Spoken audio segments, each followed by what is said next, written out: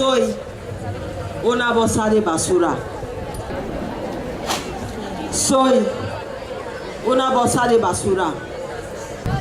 Una simple bolsa de basura. Solo una bolsa de basura. Dice el periódico que el 90% de las prostitutas de este país somos inmigrantes. No dicen que somos un polvo barato. No dicen que somos esclavas sexuales. No dicen que somos una mierda. ¿Por qué no lo dicen? Dice el ministro que España es un país de acogida.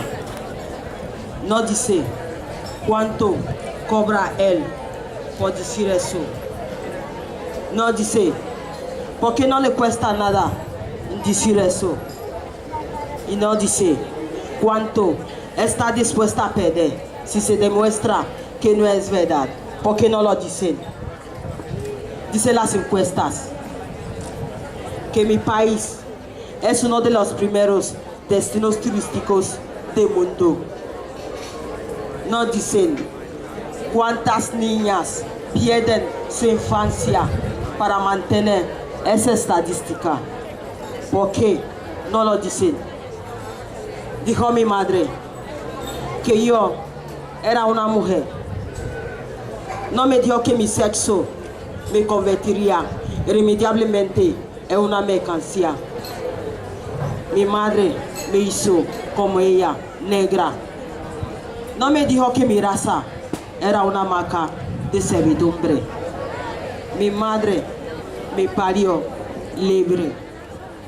No me dijo que la libertad era un lujo de unos pocos. Yo soy una bolsa de basura. Una bolsa de basura donde ustedes pueden tirar su sinsentido, su soledad, su semen, hasta el dinero que les sobran.